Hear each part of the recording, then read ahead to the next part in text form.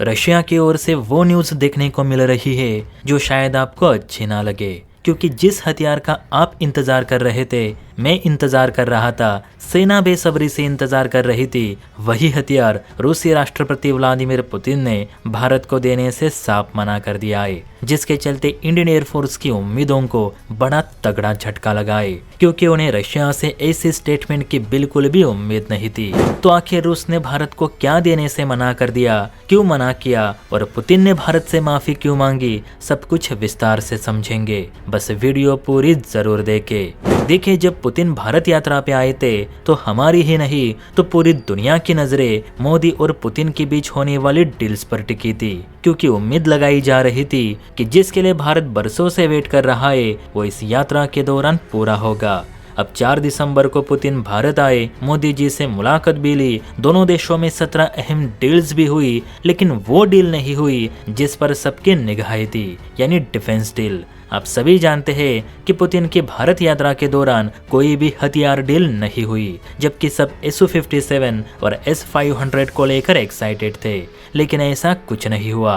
अब इसे S-500 को लेकर रूस की ओर से एक खबर आई है जिसने भारतीय वायुसेना को निराश कर दी।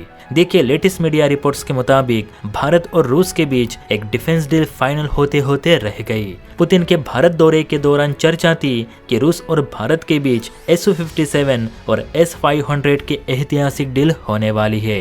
हालांकि सार्वजनिक रूप से किसी भी डिफेंस डील का ऐलान नहीं किया गया। अब रूसी अधिकारियों के मुताबिक S-500 पर भारत ने दिलचस्पी तो दिखाई है, लेकिन रूस ने एयर डिफेंस सिस्टम तत्काल देने से मना कर दिया है। इंडियन डिफेंस रिसर्च विंग की रिपोर्ट के मुताबिक वरिष्ठ रूसी रक्षा अधिकारियों ने कहा कि भारतीय वायुसेना ने S-500 air defence missile system में गहरी दिलचस्पी दिखाई है, लेकिन फिलहाल रूस इसे किसी भी बाहरी देश को एक्सपोर्ट नहीं कर सकता, चाहे वो उसका सबसे करीबी दोस्त भारत ही क्यों ना हो। अब S-500 ना देने के पीछे का कारण रूस का जंग में होना है। रूसी अधिकारियों ने कहा कि S-500 की सीरियल उत्पादन क्षमता अभी भी पूरी तरह से रूस की घरेलू जरूरतों में लगी हुई है। अभी जो भी S-500 की यूनिट और मिसाइल्स बन रही है वो सीधे यूक्रेन युद्ध में जा रही है। ऐसे में हमारे पास इतना टाइम ही नहीं कि हम अलग से भारत के लिए S-500 बनाए और उसे वक्त पर भारत को डिलीवर करे। फिलहाल हमारी सारी मैन पावर यूक्रेन युद्ध में लगी है,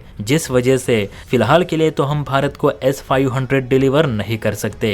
पुतिन ने भी इस बात पर माफी मांगते हुए कहा कि भारत की गहन इच्छा होते हुए भी हम अपने मित्र भारत को S-500 नहीं दे पा रहे, जो कि सच में दुख की बात है।